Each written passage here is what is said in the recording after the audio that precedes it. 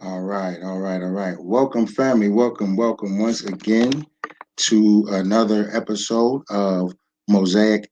Excuse me, The Lab by Jay Shoulders. As you can see, I'm still rebranding, so I'm still getting used to that. The Lab by The Lab with Jay Shoulders, but it is still presented by Mosaic Entertainment Group. Welcome, family. It's good to see you tonight. As I'm waiting for my guest, Mr. Mark Thompson, to come on into the broadcast. I just wanted to once again reiterate to everyone to please hit the like button, hit the like button, hit the share button, hit the subscribe button. Um, Make sure you share this around. Make sure you hit that like button because it helps with the algorithms, and it helps get the broadcast out there so people can take a look at this awesome conversation. All right, he came in here. It is my brother, Mr. Mark Thompson. How are you doing this evening, sir? How are you? How are you? Hey, Jermaine, good to see you. Good to see you, my brother and family. I want to introduce. Well, I'm gonna let him introduce himself, but first, as it has been in some episodes of my show, I have brought on some people from um, my past, my youth. And Mr. Mark Thompson is another example of an individual, young brother who's come out of the community that I come from back in New York in the Bronx, and has one as as many people have from the community overcome what they say overcome the odds.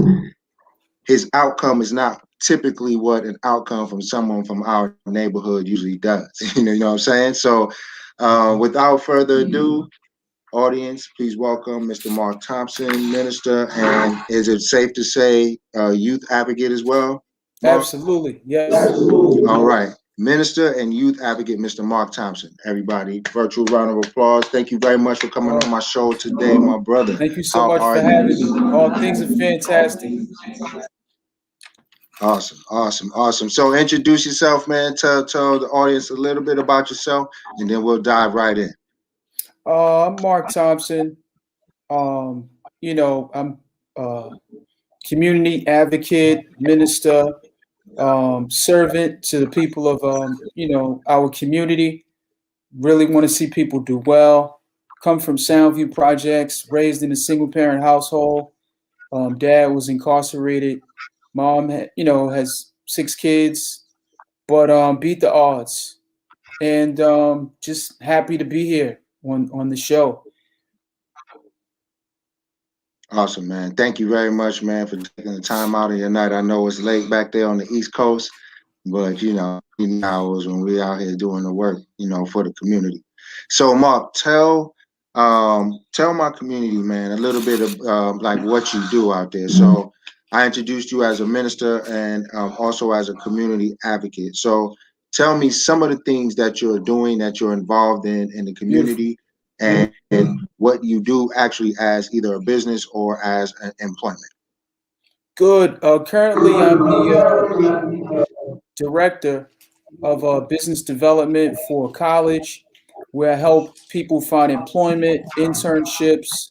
Um, People look at me as a connector. I connect with corporate companies and build partnerships with them, you know, where it can bring value into the community.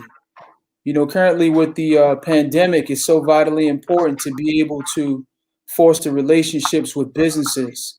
Normally, with no pandemic, I'm normally at countless networking events. However, I've been able to use Zoom during the past like 9 months to build partnerships with organizations. Like I attend a lot of networking events, and what I'm finding is these partnerships are creating job flow, internships, and now with the pandemic, many people in our communities they need food. They also need clothing. So I've been able Hmm. to foster partnerships there with various organizations. Just recently, I formed a partnership with a Harlem organization where on Martin Luther King Day they gave out over 200 coats, gloves, hats, to the community. So things like that I'm passionate about because growing up in the urban sector, there was always someone there that took care of me. Like my mom was a single parent mother, you know, Mm-hmm. public assistance, and she worked real hard to raise 6 kids and go back to school and get her college degree. She did.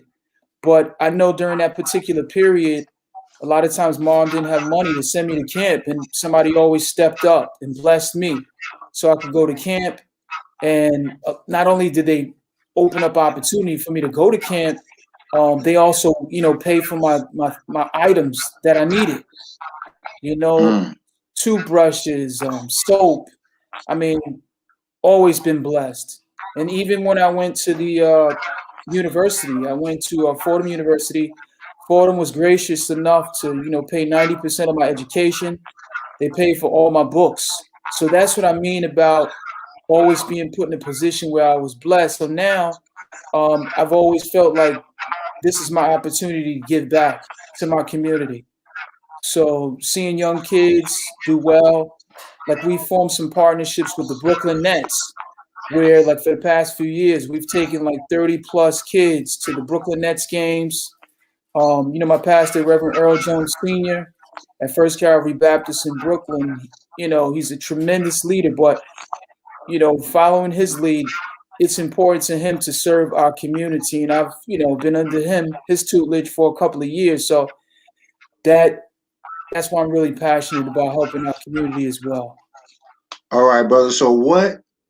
Like I said, man. Like I said, where we come from, man. This is not something that you normally hear. So what drove that the desire in you to serve the Um, community? What drove that desire, brother? What kicked that off for you, man? I just want to see people do well. Like as a minister, your job is to be a servant to the community, and you can serve in various ways. Ministers, they do funerals, they do baptisms, they do weddings, they teach, they provide spiritual guidance to the community. So that's what I mean by serving. But Mm. it's more specifically, like at my church in Brooklyn, I'm the co-president of the Media Arts Ministry, where we handle like the Instagram, Facebook for the church. We document various events. That's a way to serve your community. I'm also, like the president of the men's ministry, and that's where we work closely with the men. We had before the pandemic, we had locker room sessions. We had motivational sessions with the men. We had empowerment sessions like every third Wednesday of the month. Men in marital relationships may be having some challenges, men looking for employment, men looking for ways to build their credit. That's what I mean. And, Mm. right Mm. now with the pandemic, one thing I find people need encouragement. So creating platforms where people can get encouragement to keep moving forward is very important. All right, So people. Yeah, people need encouragement, man. We need yes, to see, so especially as black men, man, of course I can go down the laundry list of mhm, marginalization throughout throughout history. I won't yes, even, ring that bell right now, man. But, just understanding the history of um how we're viewed in this country just as black men. Was that also something that you kind of said, as a black man, I may have come up this way, but I'm going to make sure I make my stamp in a community where I can affect the lives of other young black men so they can go, in such and such directions. Because you didn't necessarily go quite like a bad direction, you know what I'm saying? It's just kind of where life kind of led you and you made certain decisions. But you have so much to offer. So did you have that mind state of, what, I, as a black man, I need to take this responsibility and take it a step further? great question. I mean, my story is so different. After high school, I wasn't thinking about college, but in Soundview Projects, I ran into some challenges on New Year's Eve where I almost lost my life. And Mm, that experience actually forced me into the university. I was scared straight, as you would okay. say. And then after going into the Ah, university and reading the book about Malcolm X, that changed my life. The autobiography of Malcolm X, and that made me that created this burning desire within me to really want to empower and uplift my community and men in particular, mm, and more so the younger men. mm. So I really credit the Black church for really inspiring me to want to be a good example as a Black man in my community. Because our young kids need to see that. Growing up in Soundview Projects, we saw crime, we saw people selling drugs, we saw poverty. So I wanted to affect change in my community. So now that's why I love serving the Bronx community, the Brooklyn community, serving at food pantries, partnering with organizations that's going to bring clothing into our community, um, Mm. forming partnerships with GED centers, um, as a to help our young boys who may not take that typical path and go to high school, but creating relationships with GED centers throughout the city, which I've done, where they can actually go into those centers, get the GED, and then transition into college. And that's Wow. where I believe like God has used me. So a solution. So what you're doing is you're helping to create solutions. You're not Yes, just saying, you just stating the obvious of what's going on in the community. You're actually creating, not actually creating. You're actually doing something. You're yes, doing something. You're affecting something. You're not just talking about it, right? absolutely. And think about it. Have you ever thought about the cost to house a prisoner in the penitentiary per year? Mm-mm. The No. cost. Average cost to house a prisoner in the penitentiary is about 70,000 per year. Sometimes more, 70 to 110,000. When you pay for the food, room and board, 170 to 110,000. You know what NYU is right now per semester? I would guess about the same. 50K. So think about it. Wow. That particular person can go to NYU for the year, 50K, let's say. 4 years, that's 200K. But then when you think about the cost to house a prisoner, 70,000, 70, 14, 20, and 28, that's 280,000 if we take the low end, to house a prisoner for 4 years. So I think as like the community, we have to, find solutions to motivate our young men not to take that path that leads to prison and lead to either college. And another key point I want to bring up today: sometimes Mm-hmm. our young men may not be so interested in college, but we have to bring trade programs that they can enter into. I just did some research recently. Um, Areas like carpentry, construction, HVAC, um, plumbing, um, installing locks. They do really well in those particular career paths. So I think as a community, we have to have more forums where we can educate our kids and put them in positions where they can get trades along with college. And I think a lot of times, many of the young men I've encountered, they're not thinking about college. However, Mm. they may be interested in construction. They may be interested in, installing locks or carpentry. I did research on the carpentry area. Guess what? You can make anywhere from $16 to $52. So Wow. that's a nice little income Hey, for especially for a young man, you know what I'm saying? absolutely. And coming out of high school who has no interest, you know what I'm saying? And you don't have much responsibility. So something like outside of yourself. So, a job like that, 16, 17, 18 bucks an hour, that's great. And you're working Absolutely. with your hands, right? And another thing I think we need to do too, form partnerships with organizations that would actually empower our kids to get various certificates that would make them marketable in the construction sector. That's another like Mm, area that I've been looking into. mm. So, and doing research on organizations that are work closely with people who have been informally, incarcerated, to try to build the bridge where if they did A, those organizations would step in and do B.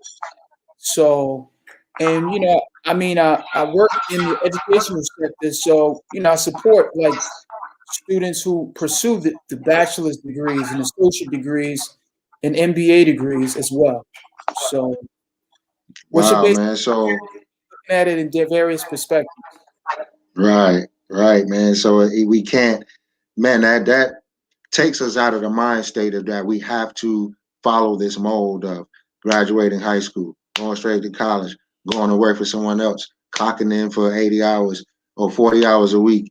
It kind of breaks that mold, man, and it kind of, sets us on the path of independence, really. You know what I mean? So what you're doing, that's really, really, if you want to go there, that's really kind of the reparations that we really need. You know what I mean? Where we are our own reparation. We repair ourselves. You know what I mean? So what you're actually doing is, I'm sure you understand, is a lot deeper than just, what I'm saying, helping these young brothers who come out of prison, helping these young boys who may not think about going to college, who could learn a trade or skill. What you're doing is actually resetting the mindset of an entire generation. You know what I mean? Of young men who now have options and who can see the world through not through tunnel vision of I have to go this route, but Yes. now can open up to where now I can be an entrepreneur, I can be a business owner, Sir. especially especially if he takes this particular skill and starts a business with it. That's where I'm saying you can apply. I see where you can apply the vocational skill with the college education. You see what I'm saying? You can combine the two, and now you got your bachelor's degree. You know what I'm saying? And you now can start this business because you have the practical experience, and now you have the business knowledge. Absolutely. Yep. So Wow. Yeah. think about Malcolm X for a minute. Incredibly gifted and talented, but because he, was brought up in that urban sector and, was told by his teacher that, he couldn't be a lawyer because he didn't have the potential. All Mm-hmm. that talent, Malcolm went astray and started doing things that wasn't productive to, who he was supposed to become at that particular time, and went to prison. And when he Mm. went to prison, he started using his full potential and came out and impacted our community in a profound way. There's so many Malcolms walking through Harlem as we speak. There's so many young Malcolms Man. through Brooklyn, so many Malcolms walking through the Bronx. But if they don't have people like you and myself reaching out to them and giving them encouragement to use their potential and create new pathways that they can travel, how can they become Malcolm, right? Or a Martin? So I'm just trying to serve where God is using me, and that's to bring Absolutely. encouragement and direction for those young Malcolms in our community. So I've been on both sides of the fence. I've lived in public housing, and now I'm a homeowner. You know, I've done things in the street that weren't so good. Now I'm doing everything in my power to uplift my two daughters and my wife. Right. So I've been blessed to be on both sides of the fence. I'm in academia Man. with people with doctorate degrees, MBAs, associate we degrees. Man, we a couple of kids from the Bronx, man. Yes, We a couple of kids from the Soundview section of the Bronx, man, who when we were younger, family, I would watch this brother play basketball, you know what I'm saying? And, I played basketball at that age as well. And, and that's how I remember Mark, you know what I mean? And always smiling, he always having a good time, always, you appear to me always so um I hate the word jovial, but always just, you always seem to be in a good mood. I never saw you angry. I never saw you down. I never, I even remember the reunion game of Stevenson. I didn't know how you got to play in that game, but you was on the layup line. I don't know if you remember. It's so many different memories I have of you, man, and there's only so few people that stick out in my mind, man. We're talking 30 plus years, you know what I mean? And these are the memories. So when I started seeing you on social media, and this is the blessing of social media, and I have to agree with the Honorable Louis Farrakhan, man, when he said, the minister, when he said that the internet was made for for black people, it was made for us, man, because you know Yes. what? We get to, reunite, and we're getting to see the lives of the people that we once knew as youngsters, man, are Mm-hmm. now playing out, man, in such magnificent ways, especially from people from our community, man. And we got, Kimber Walker come from our community, man, and Yes. he talked, he came along after I was long gone out of out of that community. So it's just a testament, man, to see where you are, to where I remember where you've been, and to hear what you're saying, man. Just that alone, Mm-hmm. is very inspirational. You know what I'm saying? And it's very, for me, you know what I'm saying? It makes me say, you know what? They said a lot of bad things about our generation, brother. But Yes, sir. one thing they can say, we were the children of the civil rights generation. So we still had that strength. We still had that resilience. We still had that respect for our elders as much as we Mm-hmm. possibly could. Crack rabbit in the community. Some of us, this is where the single parent home things really started jumping off in our generation. But Yes. to see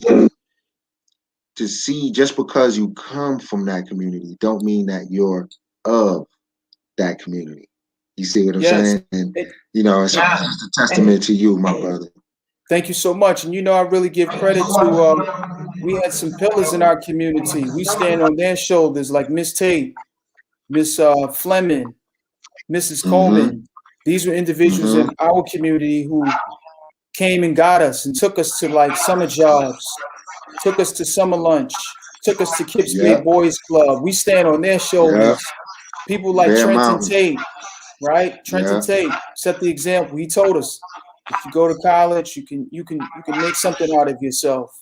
And seeing him come home from college, dressed up, speaking different, he motivated me. He lived in the same building with me, and Mm. I look at Trenton Tate as like one of my heroes. His brother Chris Tate was like my best friend growing up, but Trenton was older than us, and I told him that. But that those we have to remember, like people like them who made a difference in our lives. That's what inspires me Absolutely. to want to help other people as well too. You know? Absolutely. And I think that's something that the youth of this generation is kind of missing, man, because we came from an era where we still had the older guys in the community who Mm-hmm. looked out, what I'm saying, for the younger guys, man, especially if they saw wasn't out there being Yes. idiots or may have been in unfortunate situations. They've been able to transcend and do things because Trenton went to school. He had, what I'm saying, I remember him. He was a prolific basketball player, Yes, he a was one of the prolific best. scorer, one of the best point guards New York City has produced, Mm-hmm. and, a pro am player, but always with a smile on my face, on his face, walking through the hood, man. And he had nothing but respect and love from everybody. Nobody I know ever had nothing bad to say about this particular brother, about his younger brother, who also was equally a good player, played college Yes, ball as well. one of the You know what I'm best. saying? Chris Tate, one of the best, point guards under 6 feet. You know To what I'm saying? shoot. To play the game. You know what I mean? So that's what we talking about. That's where we coming from. That's where we come from. Is I'm Yeah. trying to set that for the audience. So you see, man, we not, brothers didn't just, pop up one day and decide, oh, I'm gonna do a podcast about this, and talk to this guy. No, man, we got history. Like we come from a place where we still had brothers that looked out. I remember the bigger dudes would beat you up. The bigger Yes. dudes would put you in situations where you had to learn how to defend yourself. And if you Mm-hmm. didn't, one of them would take you aside and say, look, man, you can't act like this. You know what I'm saying? You gotta look where you at. So you always kind of had that. you had the, and that's when the crack era really hit, man. Some of the older guys started getting, going away, getting, Mm-hmm. and things started really changing. And right at that moment is when I left the community. And Okay. at the time, you probably didn't know at the time, because I hid it pretty well from a lot of people until I couldn't anymore. I was actually doing a lot of television at the time. Okay. I was performing on stage. I was doing plays down on Broadway, brother. I was down in Wow. Harlem doing plays in Harlem. Um, and I was also doing commercials. So I was shooting basketball commercials, fast food commercials. Wow. And, what I'm saying? So when we left the neighborhood, it was an opportunity to go to Los Angeles, man, and pursue that. So that was just before the 90s hit and all the gang stuff really started hitting, especially started hitting our neighborhood. How did I know you was around somewhat at that Mm-hmm. time? I don't know if you was on the block at that time. What was going on, man? Tell me about what was happening at that time. If you remember, where were you? What were you doing? And what was the climate Oh. of the community? Because by the 90s, I was already gone. During that particular time, like you said, the crack era was horrible in like the Soundview Project area. But I was blessed because I had employment in the Manhattan area. So I was Mm, coming home, leaving the community, going to work, going to school. So I was never in that particular circle. I would come home like at night and, go home. And then we moved out of the community in 1990 to the Lower East Side area. mm, But we moved because the community was just that bad. yeah, The crack epidemic yeah, was horrific, and mom didn't really feel safe anymore. So that's when we transitioned out in 1990. But it was really bad. yeah, man. I mean, I'm in Los Angeles, and I'm hearing about just some of the people that we came up with, man. Started going that way. So it was like, wow, what's going on in my home? You know what I mean? And then come the 2000s, and things started changing, and the gentrification started coming in there, man, and really started moving Hmm. people out of the city. And so it's to see people still living there that I grew up with is kind of like, wow, y'all really stuck out. A lot of those Yes. things that was going on, the Giuliani era, the Dinkins era, um, Hmm. and whoever else was, um, whatever else was going on at that time, whoever else was the mayor, especially Giuliani, you know what I mean? So, Right. you used to have that era. And the beauty of it, man, is that you had a job, you was going to school, so you was already set on a different path, just like myself. Yes. Some stayed, went through that, right, and still came out on top, right? Right. The brother from Soundview that's also a preacher that's going to a pastor and a minister that's going around the city and doing amazing things. I don't know if you're familiar with the brother. Minister Um, Kwame Thompson. yes, sir. He's doing Yes, phenomenal sir. things in like the New York City Yes. Bronx community. Heavily involved with the elected officials as well as the various police departments in the Bronx. Very vocal in the community. He's a good brother. We speak a lot. Yes. He's also doing a lot of things with various community centers in the Bronx area as well. He's active in the Man. community. He's a Very, difference very maker for Soundview as well. really. Yep, So he's like a champion. Yeah. champion. He's currently connected with various programs in Soundview that help bring, change to people's lives educationally. When it comes to employment, he's doing a phenomenal job. He's connected with the church. He's done like various funerals for the community that Hmm. I know about. I'm connected with him on Mm, Instagram as well. mm. And Yep. and I remember seeing Kwame in the streets too, man. And it was, and I actually got a chance to tell him when I went back home. Actually, I ran into him Hmm. when I went back home back in 2009. And he happened to be out there with some of the guys that I went to Soundview daycare and kindergarten with, and PS 107 with. They happened to be outside as I came up on the block, and Kwame happened to be out there, and I got a chance to Hmm. tell him exactly what I told you. He was doing it back then. You talk 2009, and he was putting in work back then. So, Yes. I got a chance to tell him, man, I saw you go from one thing to another, man. And to see that, that change is one reason why I created this podcast. I created this podcast because I wanted to help to do my part to change the narrative on us as a people and on us as black men in general. Okay, Hmm. we're not, we're not what others say we are. We are who we say we are. You know what I'm saying? Yes. We didn't allow people's definition of our generation, the hip hop generation, Generation X, to define who we were and who we became as men. Look at you, Yes. man. Degrees, married, family, homeowner in the Bronx, one of the most and in New York City, one of the most expensive places in the world to even buy a home. You did it, man, and you know what I'm saying, and you're doing it. So it's a testament to our community. You know what I'm saying? Like, yeah, it Hmm. was bad for certain, but look what it produced, man. You got two brothers. You got two brothers right now, live, right now, talking. You know what I'm saying? That from Hmm. that community. Brother Ron. I don't know if you remember Ron from Soundview. Ron is out here in Arizona now, Oh, he is? as Oh, well. nice. Yes, and he has a restaurant out here, man. Him and his family, beautiful family out here, man. And he lives in the city out here now, and we got to link up too, man. Just a couple kids again from Soundview, from Soundview out here in Arizona. You know what I'm Okay. saying? And he's doing phenomenal things, man. He's built a beautiful business with his wife and his family. And Beautiful. he's out here golfing and you know what I'm Wow. saying, and building. He's going up north to the mountains and stuff, man. So the brother and I, my wife and I, we patronized his business several times, man. Mhm. We, got into conversations, man, and it's just a good feeling. And I hope I'm not sounding too cheesy, No, but not I'm at just all. Not at all. just a lot of pride. You know what I mean? Just a lot of pride. And it gives me even more inspiration just as a man, and more confidence. As a man, to be able to look at you, look at other brothers that's doing things and saying, "Hey, man, we are good. We are." And as you say, and as we spoke earlier, in the Mhm. green room, our children are watching us. You know what I'm Yes, they saying? No are. matter how old they are, they're clocking, man. So if we don't make the right moves, who knows? Who knows? But you said the So key thing, though, about family. yes.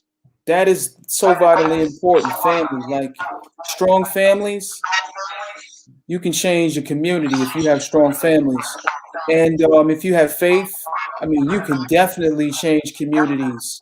So when I think about Kwame with his faith, I think about you with your faith and my faith, plus our family. That I think is the key thing to our success. I know for me, it's definitely the key thing. Mm, Having faith, mm, mm, you know, having strong families, having a vision of where I want my family to go. I think that hmm has made the difference for me and my family so far. Now let's go there a little bit because you know, and I hate harping about where we come from, but you developed. Where did that sense of finding that faith? Where did that come Um, from, man? You becoming a minister, Kwame becoming a minister, so many other people.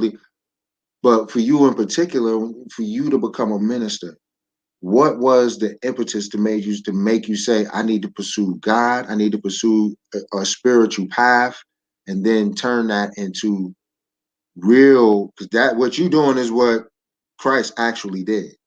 He actually did the work. You know what I'm saying? He didn't stand up in the synagogue all day and preach it. He went into the streets and he did the work. So what was that, and what was that for you? What was it for you that said, I need to go this path? I think God basically led me that way to be a minister when I lost my job. I lost my job. I was making a great income, worked from home, and in the midst of losing that job, I realized how much I needed him at that particular point. And I mean, he provided for my needs. He took care of me, paid my mortgage, made sure my family didn't go without, and gave me the opportunity to see that all those things that I thought brought you joy and success really wasn't.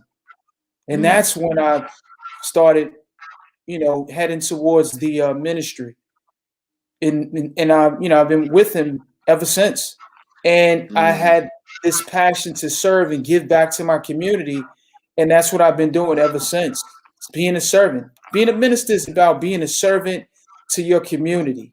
It's not about, sometimes you see TD Jakes and all these wonderful pastors on TV. That's not mm. That's the not type of minister. ministry. That's not being a minister. Yeah, Right. that's not being a minister. A minister is being a servant. Somebody coming to you Right. with needs. They're hungry. They have needs. They need clothing. They need food. They need housing. Um, they need you to go to court with them. You know, that's Mm, the type of mm, minister I am. Filling mm. needs like that. You need me to go to court to advocate for you. I'll be there. You need me to come to the hospital with you. I'll be there. That's the ministry I do. And Wow. it's wonderful, to be a servant for our people. That's the minister that God has called me to be. So, Man, so that's what the word means, right? Because we, it's like a short for administer, right? So what you're yes, doing is you're administering. So do people come to you for counseling as well, like for spiritual counseling, for, what I'm saying, if they having, personal or emotional issues, do they come to you as well for that? abs- absolutely, absolutely. I have phone calls regularly with people, and for me, it happens, before the pandemic when we were physically going to work all the time. Mm, You provide mm, counsel for people on your lunch break. You provide counsel for people after work. People would say, "Hey, can I call you and speak to you?" I said, "Sure, call me tonight. We'll talk." People need that like spiritual guidance from you. mm, So, but what I want to say to you too, as a minister, you got to study regularly. You got to be in the Word because you can't give off wisdom and knowledge to people if you don't have it. So, mm, as a mm. minister, you have to have a discipline to study the scriptures regularly. You have to also have a prayer life where you're praying, and you have to also be tapped into a community of believers so that if you don't have the answer, you can go to your pastor and get the answer. But I think sometimes being a minister, people think they have to be separate. We are a Right. community of, influence, and you have to know who your community of influence is as a minister and know who to go to when you need help. Yeah. Mm.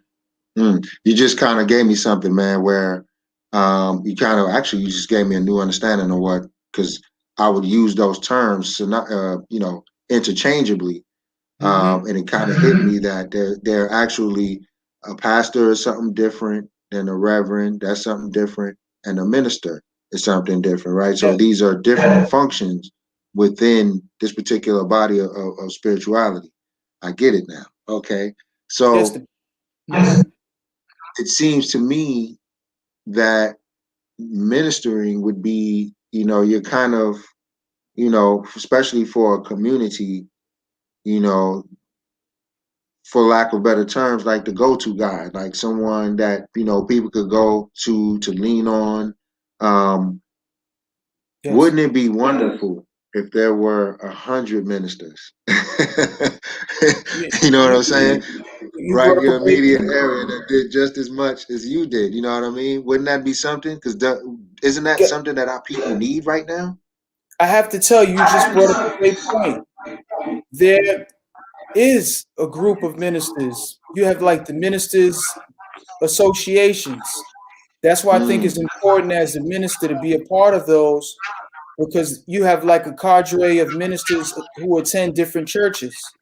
They have meetings regularly. So to be a part of one of those associations, that gives you more hands and more arms. So I think being a part gotcha. of those particular ministry organizations, associations in your area, that will help you connect with other people so you can get more done in your community. Like you may be the expert when it comes to media. I may be the expert when it comes to networking. But if we're ministers and we know each other and we work together, guess what? That makes us stronger. So, Absolutely. yep. So you got it. You got it. Man, absolutely. All right, man. So that makes me feel good. I got that concept.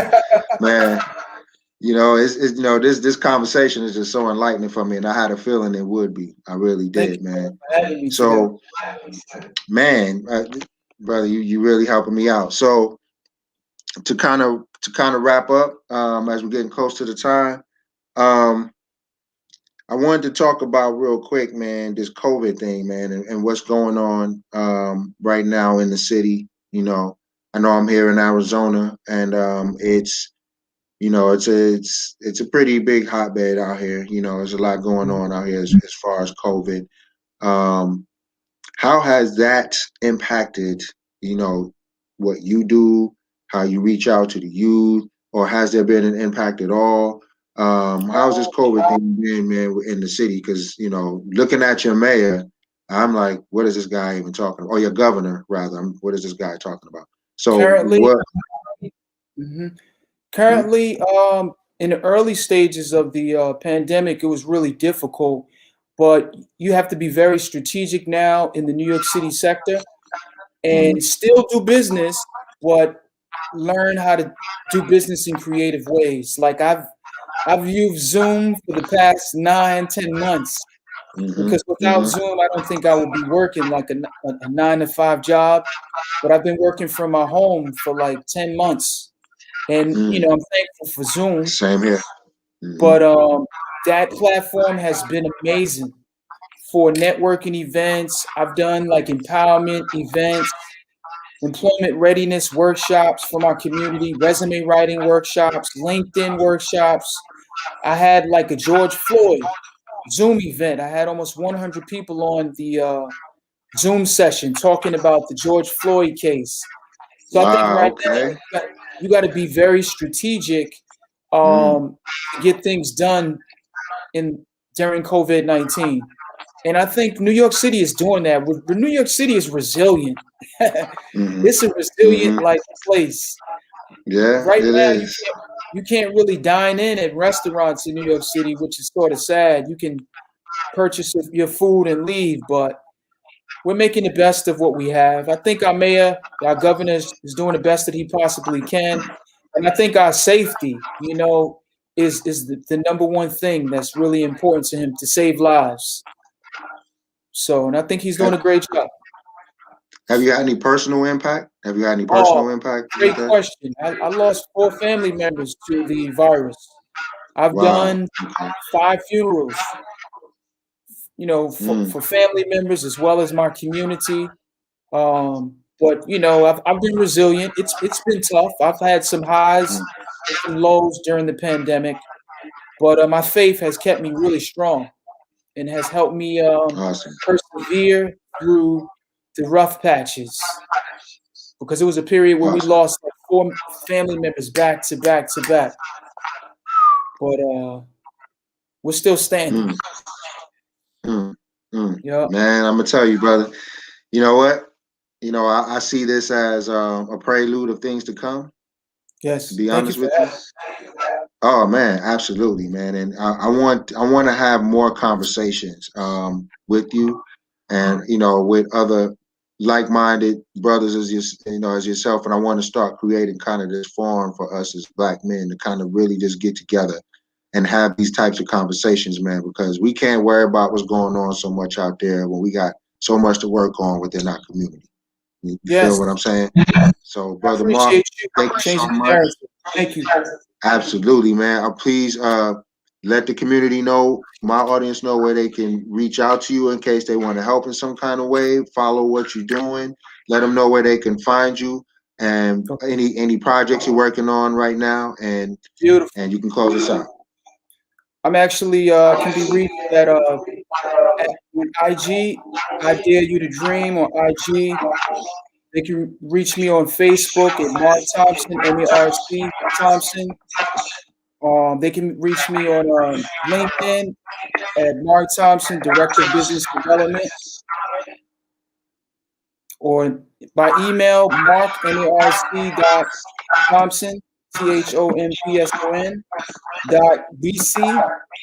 ThompsonBC@gmail.com. And I'm currently working on some empowerment workshops that I'm going to be doing, and I'll definitely share that with you if anybody in your particular circle would be interested in participating. But thank you so much. Absolutely, man. Absolutely. Give me the heads up, man, and we could definitely plug you in, man. May have you with the whole group. All right. So Thank that'd you be so much. awesome. Brother Mark, thank you so much, family. You know what to Have a good do. night. Like, share, do all of that. Comment, and follow the brother Mark Thompson on IG. I dare you to dream. You can email him mark.thompson.bc@gmail.com. Follow what he's doing, man. He's working with the youth. He's working with, men coming out of prison, finding jobs and just building and restoring their lives, man. And he's dedicated himself to being a servant leader. And you can't ask for anything better than that, man. That's what life is all about, especially for a black man. Brother Mark, thank you very much for your time. Really appreciate it. Thanks for tuning in to Jay Shoulders, The Lab. You guys have a great evening. I'll see you on the next show. Peace, family. Peace, Have a Brother good night. Mark. Talk to you soon. You as well.